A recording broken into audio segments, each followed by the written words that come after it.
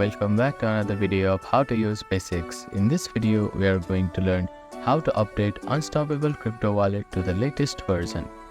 If you are using Android device, open the Google Play Store and use the search bar to find Unstoppable Crypto Wallet. If an update is available, you will see an update button next to the application. Tap on it. The update will automatically download and install. Once completed, you can open the application to access the latest version. For iOS device, open App Store.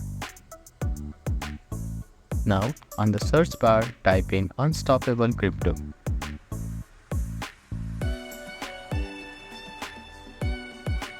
And click on Search button.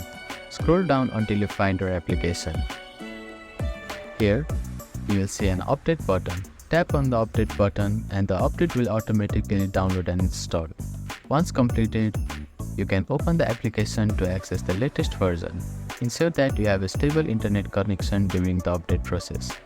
It's a good practice to back up your wallet before updating the application, just to ensure your funds are secure. You have now successfully updated your Unstoppable Crypto Wallet to latest version. Thank you for watching this video. Please do not forget to like, share and subscribe to our channel and comment down if you have any queries.